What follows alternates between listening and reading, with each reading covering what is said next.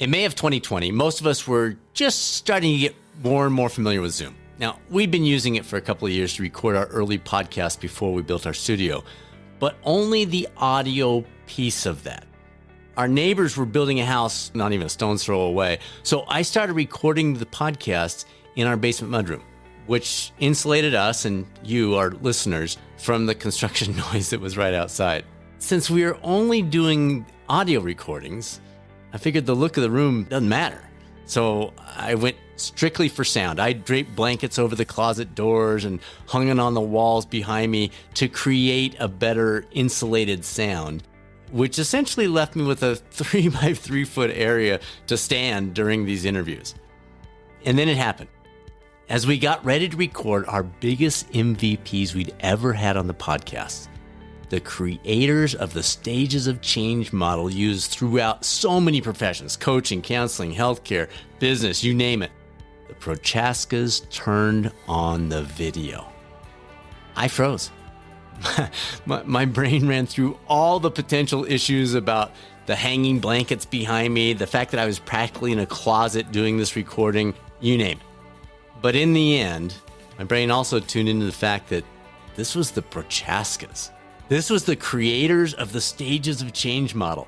If they're turning on their video, so am I. It turned out to be one of my all-time favorite interviews. The Prochaskas were so kind, so engaging, so interesting. We obviously had to bring it back for this episode, one of our all-time best of episodes. By the way, we will include a link to the video version of that interview in the description if I've got your curiosity piqued and you're like, how bad was that room? Or you just like to see them live. They are the sweetest couple and they've had such an impact in so many ways. Welcome to the Coaching Lab Podcast. I'm your host, Dr. Brad Cooper of Catalyst Coaching. Before we jump into the interview, let me give you a brief overview of the Stages of Change, just so you have a baseline for the deeper discussion, because we do cover the basics, but we build on the basics in this conversation. So just so you've got the 6 stages as they're presented, so you can recognize them a little bit easier as you hear them. Number 1 is pre-contemplation. You're not ready, you're not intending to take action in the next 6 months. Contemplation is second stage, and that's where you're getting ready. You're intending to take action in the next 6 months. You just haven't yet. You're contemplating it. The 3rd stage is preparation. That means you're ready to take action in the next 30 days. Then we move on to action. That's where you've actually made behavior change, but it's been less than 6 months. Stage 5 is maintenance. You're doing the new healthy behavior or whatever the behavior change is, and you've been doing it for more than 6 months now. And then the final stage, termination. You're confident with the change. You're not tempted to relapse. So those are the 6 stages that you'll hear us referencing as we go through this conversation. Fascinating, fascinating conversation. If you're looking to earn your health and wellness coach certification, or you're a clinician who'd like to add the certification to your toolbox, you can find all the details about our next MBHWC approved training program. Or if you're already a coach, you might want to look into the coaching event of the year, the Rocky Mountain Coaching Retreat and Symposium. Both of those are available at catalystcoachinginstitute.com. And as always, on any front related to coaching, feel free to reach out anytime. Results at catalystcoachinginstitute.com. We're happy to set up some time to discuss your specific situation, how it might fit in your career, life plans, you name it. And now, it's time to tap into the wisdom of 2 lifelong catalysts, Dr. James and Janice Prochaska, on the latest episode of the Coaching Lab Podcast. Well, that's for a later interview. That's for you interviewing me. All right. Well, it is such a privilege to welcome the Prochaskas today, Dr. Janice and Dr. James Prochaska. Most of you know them. They've had a huge impact on our field, on our industry, on many people far beyond that. You've heard my introduction. The 2 of you, thank you so much for joining us. Special 100th edition, and it's just such a pleasure to have you today. Well, special for us, too. Well, I appreciate it. So behavior change, it's at the heart of so much in life. Maybe a good place to start would be discussing a difference between why people think they're failing to change versus the real reason they're failing to change? Well, first of all, most people have an action model of behavior change, and they believe that change happens when they quit smoking, when they quit alcohol, when they quit junk food. And so they end up with attributions like, I don't have enough willpower, okay? Because that's an action paradigm. We got to will it. I don't have enough motivation. And those kind of attributions are demoralized. If I don't have enough willpower, why should I try? If I don't have enough motivation, maybe I'll wait till I hit bottom, which is, Right. What an awful philosophy that is. Right. But so common. And I think the thing is, too, most people don't know how to change.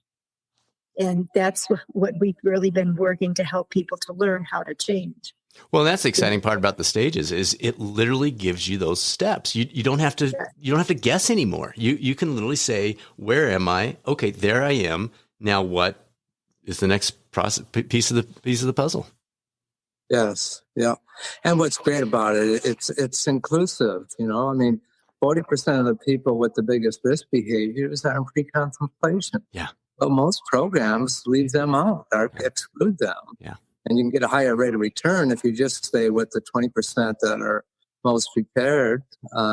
But you exclude 80% of the people. Yeah. Yeah. So true. So true. All right. So the trans-theoretical model of behavior change, first of all, really cool name. But the more common term, stages of change, that's probably the one that people recognize more. Did you have any idea when you first published this research back in, I think it was 83, that it would have this level of impact 37 years later? What kind of walk us through what that journey's been like?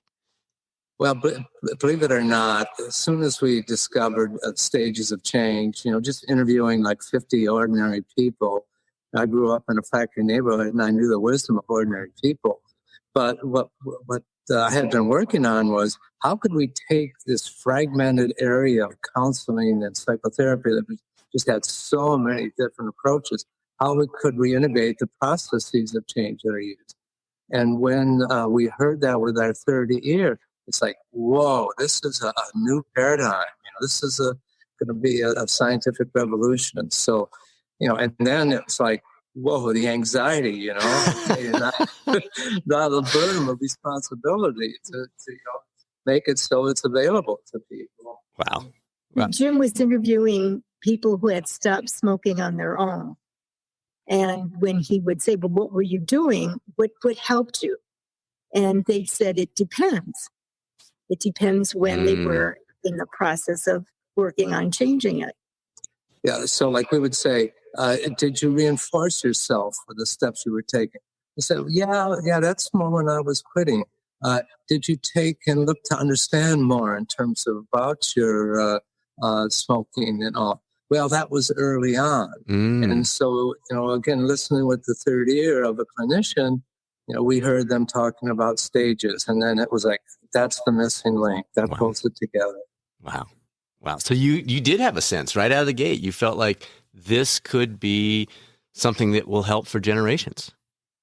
Yes. And our first article, it was basically based on those 30 people. And it was American psychologists, and I'm proud to say, out of 10,000 studies on tobacco across all fields, that's the number one article most cited. Wow. That tells you something right there.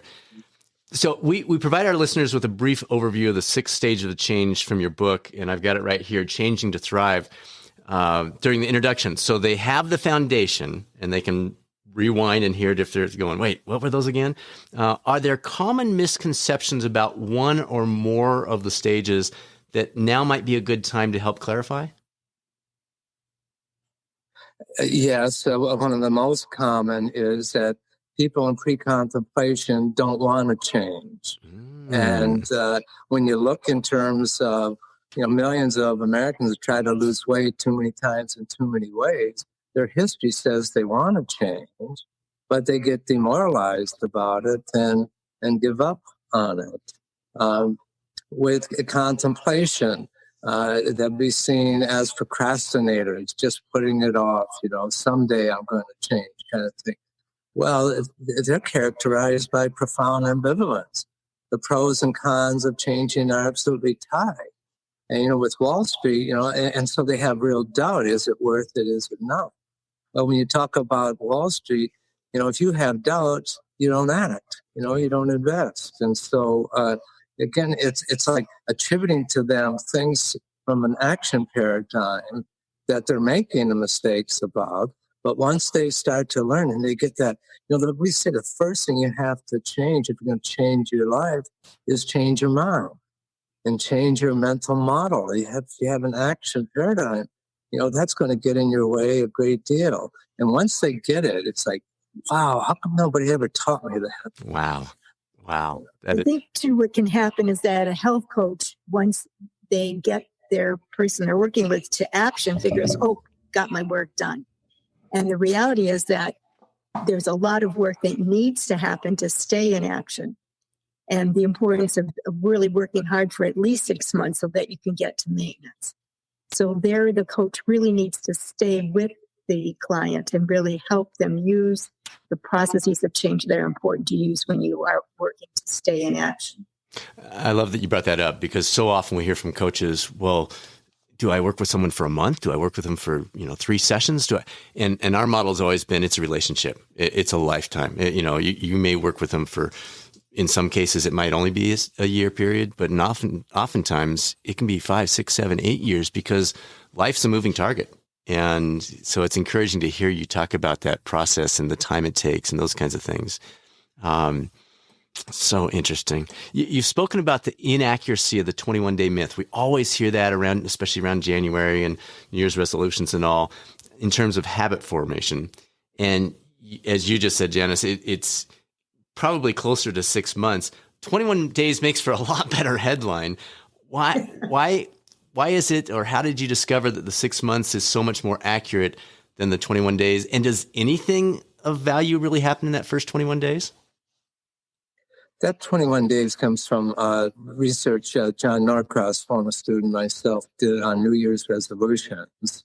And what we found was that about 50% of the people relapsed in the first 21 days, in the first 3 weeks. And so media always wanted New Year's stories. And so they interpreted it as, 50% relapse in the first 21 days. The rest are successful. The relapse curve keeps coming down, and it doesn't level off, flatten out until around 6 months. And that's why we also talk about action as 6 months, because we want to see that flattening out. Just like with the epidemic, we want to see flattening out in terms of number of infections and all, and before we take other action. So have you seen when people step into utilizing the stages of change that timeline is sped up a little bit? Or are there certain places where you say, well, if you step in and you're already at the preparation stage, you're probably looking at 3 months? Or do we need to be in that action section for that 6 month period?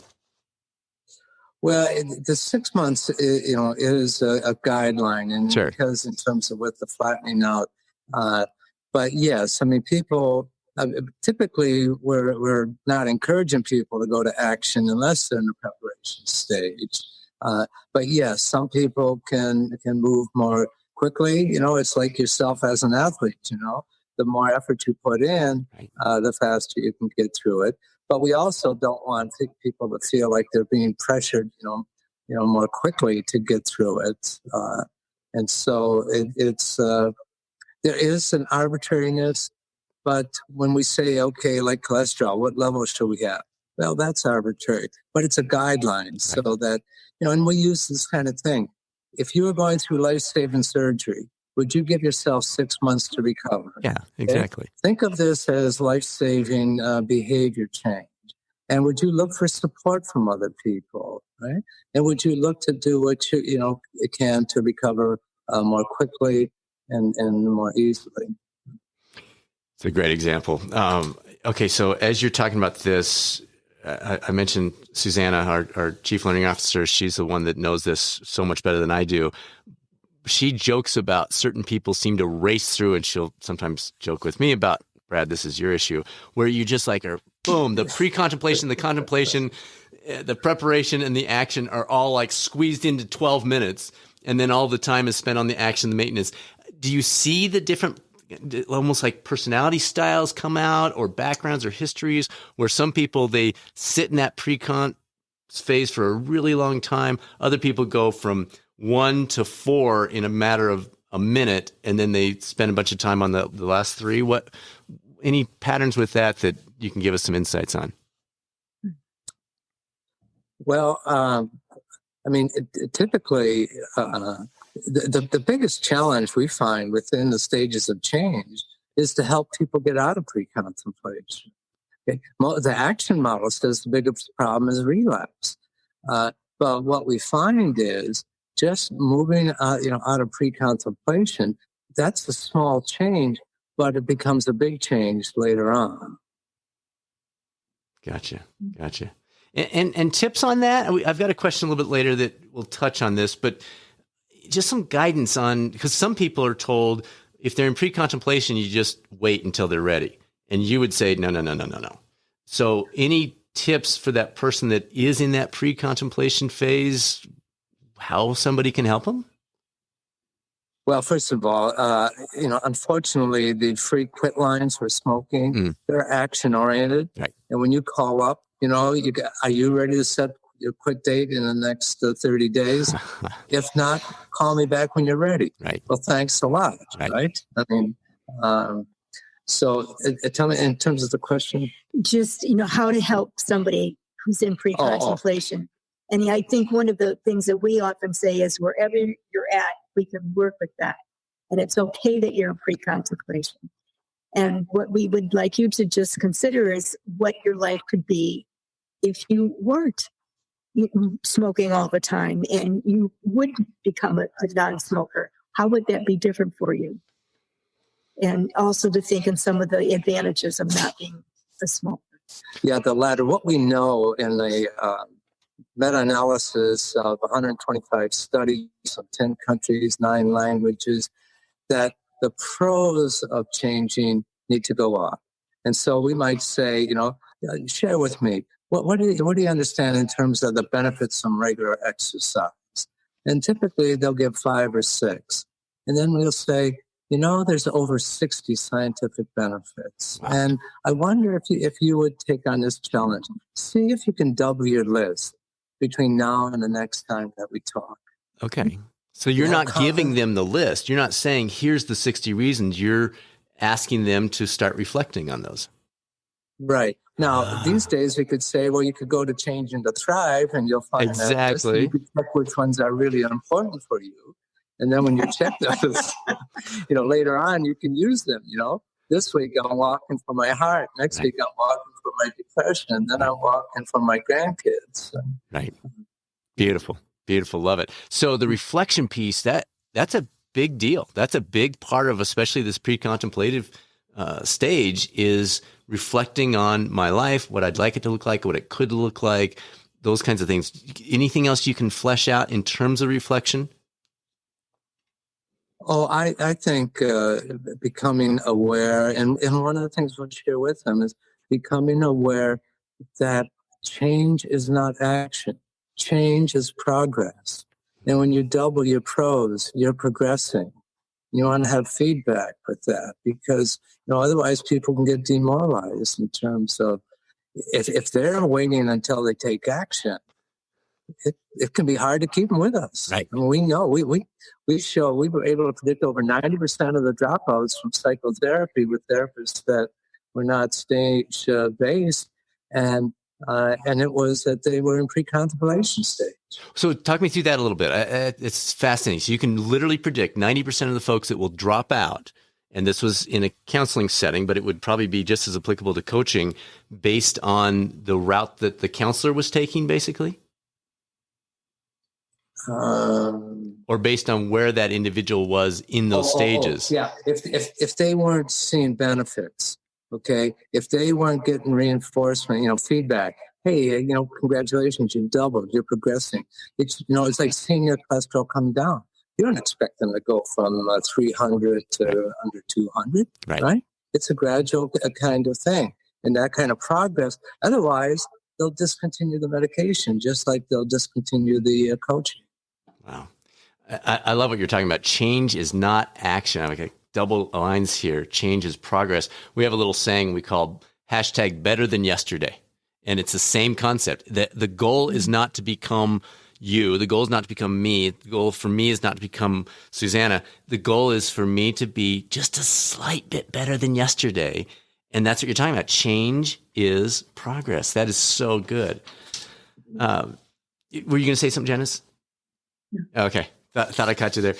So midway through your book, you reference something called rule control, moving towards stimulus control. Can you flesh that concept out for us a little bit and how it applies to what we might be doing? Yes.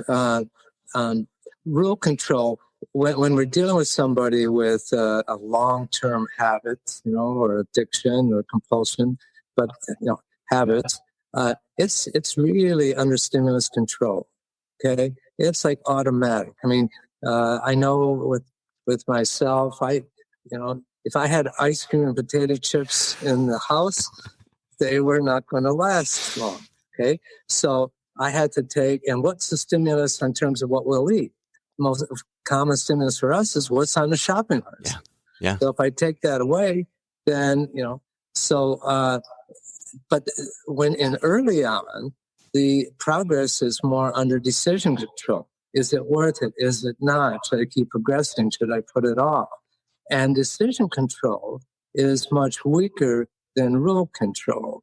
And so for myself, where I had sometimes where I had trouble with my drinking, I set a rule for myself. I'll never drink more than 3 drinks. And that's a rule I could live by. Mm-hmm. I also had, trouble in terms of going into casinos. And so I would set a rule for myself. Leave my wallet in the car, take $20 in. When I lose, I'm done. And then you want to end up with stimulus control again. Okay, so it's 3 phases. New behavior is much more automatic. Okay, so we've got decision, rule, stimulus. No, stimulus control. I'm sorry, stimulus control. Is that what you want to end up with? Yeah, that's what you want to end up with. That now eating healthy is much more automatic, mm-hmm. and in terms of drinking, how much to drink, it's like I don't have to make a decision about it, and I don't even have to worry about the rule. So the process basically is essentially 3 levels. It's decision control, which is the weakest. Rule control, which provides you some self-guidelines, and then stimulus is when it's essentially natural for you. Yeah. I mean, Janice she takes us out hiking and we do a lot of walking and hiking, and she's got a stimulus, the app. It's got to get to 10,000 steps. I love it. So those obviously overlap. Like, for example, I'm training for a triathlon and I'll have a rule that I want to get about 2 hours a day in. And that allows me to not have too much waiting for me on the weekend. If I get up early, get on the bike by 5:30 or whatever. Can the rule control, I don't find it hard to get that going. It's just a guideline for me. Do you find those overlap with things that people are doing? Is it a mobile kind of integration between those 3, or do they tend to generally be pretty succinct? Well, let me just say, I mean, you're the first one ever to ask questions about, stimulus control, rule control.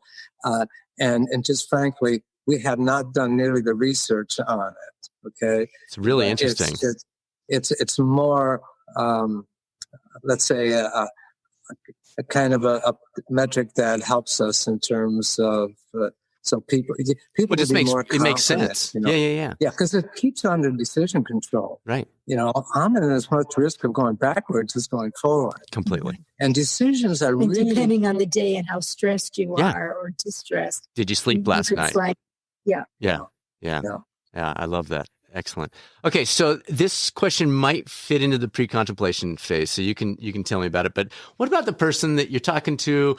They're maybe in an employee wellness program, so they're forced to talk to a coach, or that's a parent talking to somebody, and they say, I'm good. I don't have any areas I want to change.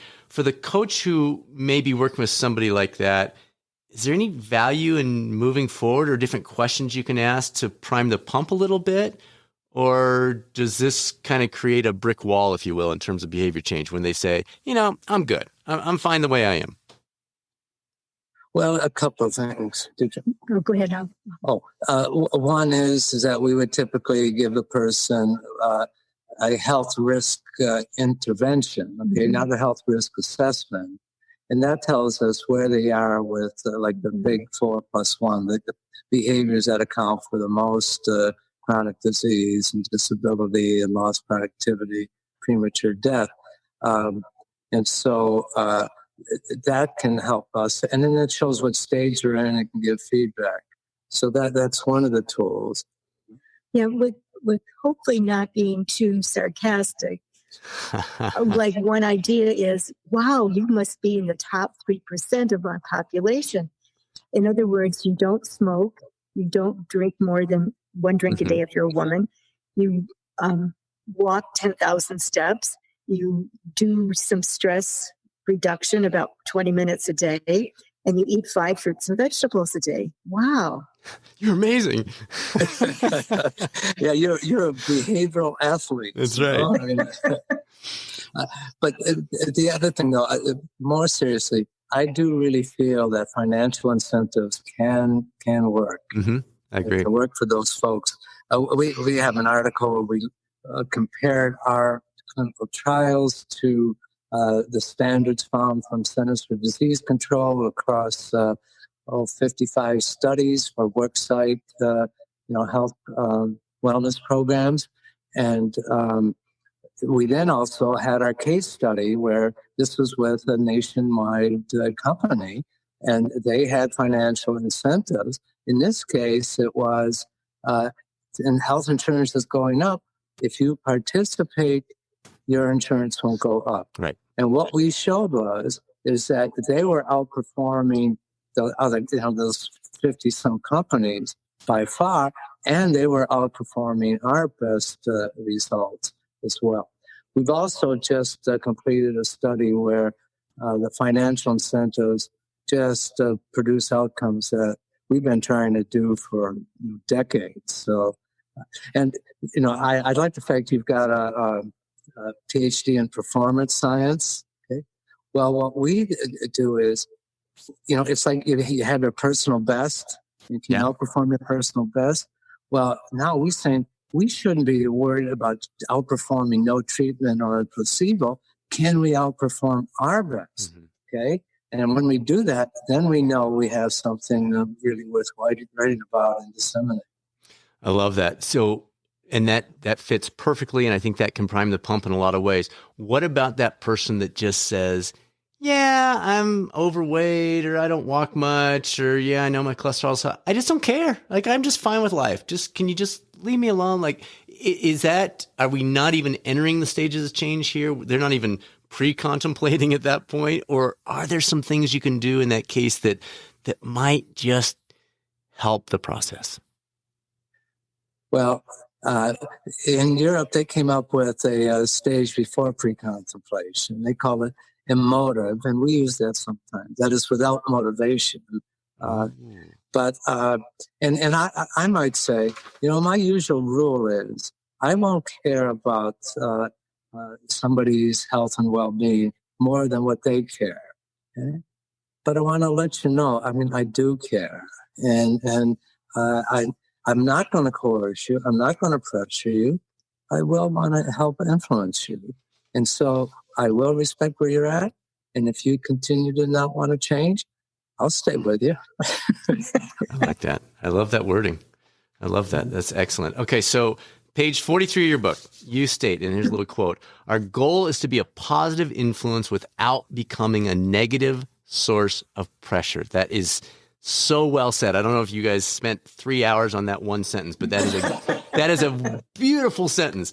For the coach, the counselor, the clinician, the parent, the friend, whoever it is listening to this, what guidance can you provide that will help us walk that line? Because that's a fine line. That's a tough line. You want to be that positive influence without feeling like you're creating this negative pressure, which obviously can send people the other direction. Walk us through that a little bit. That is so beautiful, but how do we walk that line? Well, again, we talk about one of the first processes is to increase awareness. Well, I want to, help increase the awareness about the difference between coercion and influence. And the thing that as a coach or as a parent or as a partner that we need to be aware of, if somebody is in pre-contemplation, they're likely to experience what we're saying as coercion. And so I'd like to be open. I will do not want, and let me know. It reminds me of this fellow who was in with a drug problem, marital problem, career problem. And I said to him, if you feel me pressuring you to do things that you don't want to do, will you let me know? He says, I'll let you know. I said, how will you let me know? He said, I'll get angry as hell. I said, well, I can work with that. What I can't work with is you're not coming back. Yeah. And so, again, to be saying, because typically you'll get signs, they'll back up, they'll go quiet, they'll show the signs of, defensiveness. And I might reflect, I feel like I'm making you feel defensive. I feel like you might be feeling pressure. And again, I'm respecting where you're at, but I do want to influence you because I think that can make a difference in your life. And I don't want to waste this opportunity. It's good. So many good tips here. All right. So on page 259 of your book, and folks are going to have to take a look at this, you've got something called a life evaluation as a figure. The feeling today versus the functioning today. I thought that was really interesting, and I think it's a very, very valuable distinction. Can you tell us a little bit more about how and why that specific tool was developed and how you've utilized it? Is it okay to do an open book test? Yeah, absolutely. I got my. That's true. I can't expect you to know what page 259 is, can I? I say the book better than I do. One of the things that we found was that when we assess people on a scale of 1 to 10, and on 2 questions, how am I feeling today and how am I functioning today, we found that the higher they were, the further in the stages they were likely to be, or the more progress they were likely to make. And what we like is to try to get it down to, like 2 questions. And it's a good way to track progress. Yeah. Because, if they're saying, look at today in terms of people, how many people are feeling well, right? Oh my gosh, how many people are functioning well? It's like the world collapsed on them. Yeah. And, if they were starting to, in terms of assess, okay, what am I going to do to help me increase how I'm feeling, to help me increase how I'm functioning, then, that also helps counter the helplessness that so many are feeling. And I hate feeling helpless. Sure. And helplessness is a major cause of depression and distress. So having that, in the other ways, if we take a temperature, right, on a thermometer, and we hope it's not, over 101, but here we're taking the temperature of feeling and functioning, and we want that to be gradually improving. Means I'm not feeling so helpless. And is the functioning piece? I'm just imagining. I'm trying to put myself in this situation and some examples, but with the functioning piece, the longer I've been doing it, the further along in the stages I am, the more consistent the functioning is, regardless of what the feelings are today. Well, let's just say there certainly are times where we get a fever, right? We don't want it at these times, Right. Okay, so there are times. Clearly there are times where we're going to be distressed and we're not going to function as well. Frankly, we shouldn't be putting pressure on ourselves right now to be functioning as well as we would in a different world. And so we can, it's more like the acceptance that, and I'm not feeling as well. And that's can be very much healthy in terms of that. But if I'm progressing and doing some things, Jen, you have some questions about in terms of like, what are you doing? Oh, we had some quarantine questions that the psychologist was sharing with us. And a couple of those questions that are very helpful, I think. What are you doing to move today, to move your body today? And what are you doing to bring some beauty into your life, either creating it or seeing it, going out and experiencing it? And those kinds of things, again, can help you feel better, which in turn can help you function better and to really, in a sense, improve your well-being. Just as a side, to share with you, the behaviors that we emphasize the most, the big 4+1, smoking, alcohol abuse, unhealthy eating, and all. It turns out that a researcher from Stanford is able to measure our biological age for immune system, and then our functional age for immune system.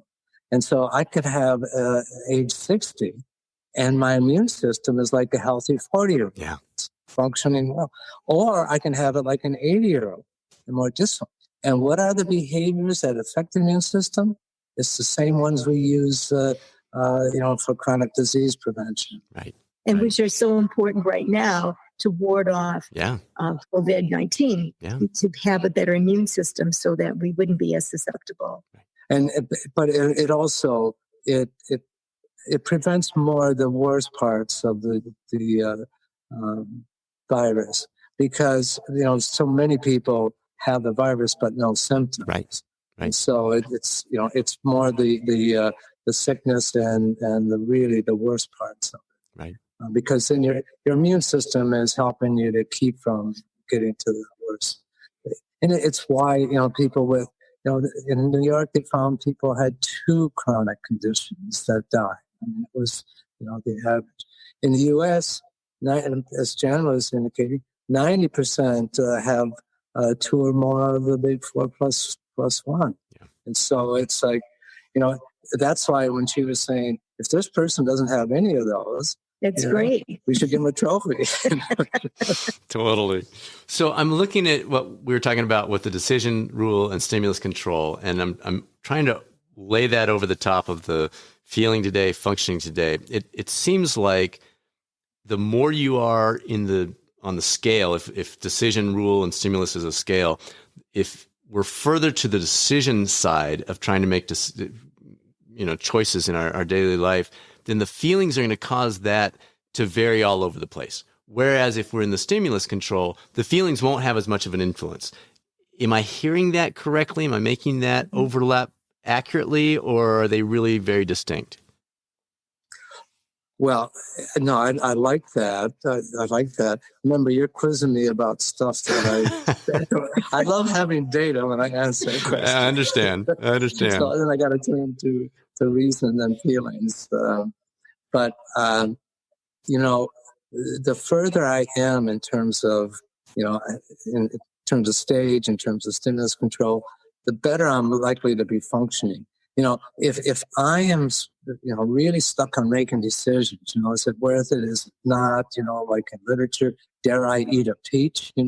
It's like with those kind of decisions, you get stuck, and you're not functioning well, and you're not feeling well. Analysis paralysis, is that what they call that? Yeah. Good. Chronic contemplators. Yeah, I have not heard that one. I like that. I'm gonna use... That's what I accuse Freudians of being. Chronic contemplation. I might steal that one. I love it. All right, let's have some fun with this next one. We just got 2 questions left. You've been married 54 years as of this September, if I did the math right. There cannot be a better testimonial to the value of the whole trans-theoretical model of change than that. Any fun stories about the role it's played either in your marriage or raising your kids, or combination of the 2? Well, keep in mind, we were in love and we were married before we discovered the stage. So we didn't, need that. I would say, for myself, I have felt blessed all my life. I don't know how and I don't know why. But in spite of whatever the discoveries I've had and the recognition, that does not make me privileged. Okay. Privilege means I'm entitled to whatever I want. Yeah. Being blessed means I have responsibility to give back, to give back personally, to give back professionally, and to give back like your coaches will do, to be, helping people to be happier and healthier. Yeah. Love that. Love that. I get a kick out of my friends using the stages of change. One of my friends says, I'm really in preparation to buy a couch, but my husband's in pre-contemplation. So I need to I need to outline to him all the benefits that a new couch would do for our marriage and our home and our living room. And I need to reduce all the cons put it in the way of him moving to contemplation and preparation. So I love it. It's fun to hear other people use it in that kind of way. I used to do a lot of marital therapy, and with an audience, I'd say, okay, I have a husband and wife come in for marriage counseling. What stage is the husband in? And the audience will yell out, pre-contemplation. And what stage is the wife in? Action, okay? And what are the attributions they make? He is so stubborn like a mule. You can't get him to change. And what does he say about her? She is so controlling. And then I say, let's maybe understand that you're in different stages of change, okay? And that's a place where you might find some common ground to be able to pull together more. So sometimes we use that in our marriage as well. I love that. Do you catch each other almost overusing it? Like I'll accuse Susanna because she's so good. She just is so naturally good at all this intrinsic motivation, motivational interviewing, stages of change, all those kinds of things. I'll sometimes accuse her as using her Jedi mind power tricks on me. Do the two of you see that, joke with each other, kind of look at each other and go, not today, honey. That's not, you can't use that one. No, like being a clinical psychologist and stuff, at social gatherings, people say, oh no, you're going to read my mind, you're going to analyze me. No, I don't do that with my family. I don't do that with my friends. I do it myself. Sure. But I do it with clients, who are encouraging me to do that. How about something going on in your lives now? You've started this whole thing again. How many years did I say? 37 years or so ago. Is there something in your life now that we're all works in progress, that you're working on, and you're kind of see yourself moving through those stages of change right now with something? Well, not long ago, Janice took me to a meeting to support friends of 8 people with a nutritionist leading it. And he goes and he's, showing in terms of here's what you can eat in the first week. And I'm saying, oh, no, what has Janice got me into? An elimination kind of diet. Yeah. I said, all I can eat is things I don't like, Well, I went with it, and believe it or not, I mean, my goal became to get free from my sugar addiction, but without intending to, I lost 10 pounds. Wow. It stays off. I lost 2 inches around the tire on my stomach, which is the most important place. And it's like, at 77, you can continue to change. You can continue to improve your health and your well-being. Love it. And the nutritionist gave us many, many rules that we had to abide by for 6 or 7 weeks. But then they became more stimulus controlled because, we saw that eating the sugar just wasn't a good thing. Is one particular change. Nice. That's great. Love it. All right. Last question, just wide open. Take this any direction you'd like. Both of you, any final words of wisdom for those who are looking to help either improve their own lives or maybe they're coaches, counselors, physicians that are trying to help people around them. And I should throw parents and friends in there too. Well, I would say in terms of the wisdom from my own life is, put friends and family first, okay? Put fun and playing and games first, okay? A friend from Princeton professor taught me, put your tennis and your golf into your date book first. Your work won't have any problem finding its way. Big rocks first. Yep. Love that. And I really liked your signature thing, optimized reality. Thank you. I love that as a concept. And I really identify with that and think how important it is, even now with COVID-19 and all this sheltering in place, how to optimize the reality as much as possible rather than giving up, throwing up your hands and giving up and not doing anything much at all. Yeah. Beautiful. Well, you two, this was such a pleasure. Thank you for taking the time. I know everybody probably wants to have you in their corner and walking them through this process and help them understand it, but you've had such a huge impact, and it's truly an honor to have you join us. Well, great being with you. And again, I'll be a little bold here. If you like what you heard, you can follow up. And lots of folks are telling us it really, really is, making such a difference personally, and professionally. Oh, absolutely. Excellent book. There's no doubt about it. Thank you so much. Fantastic job. And again, great honor. Well, good being with you and all the folks we can't see. Perfect. And thank you for your enthusiasm. It's great. I appreciate that. Thanks so much. How amazing was that? Two legends in our profession, sharing their insights like we're chatting over a cup of coffee. Again, if you'd like to check out the video version of that interview sometime, or maybe use it for one of your classes or something, we'll provide a link to the YouTube coaching channel here in the description. Thank you for tuning into the #1 podcast for health and wellness coaching.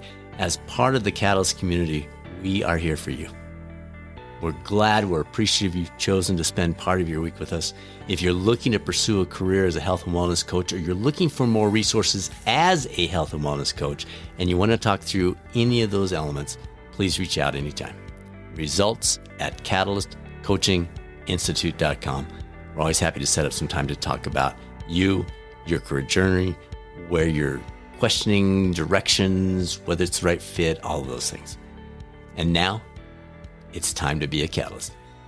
This is Dr. Brad Cooper of Catalyst Coaching. Make it a great rest of your week, and I'll speak with you soon on the next episode of the Coaching Lab podcast, or maybe over on the YouTube coaching channel.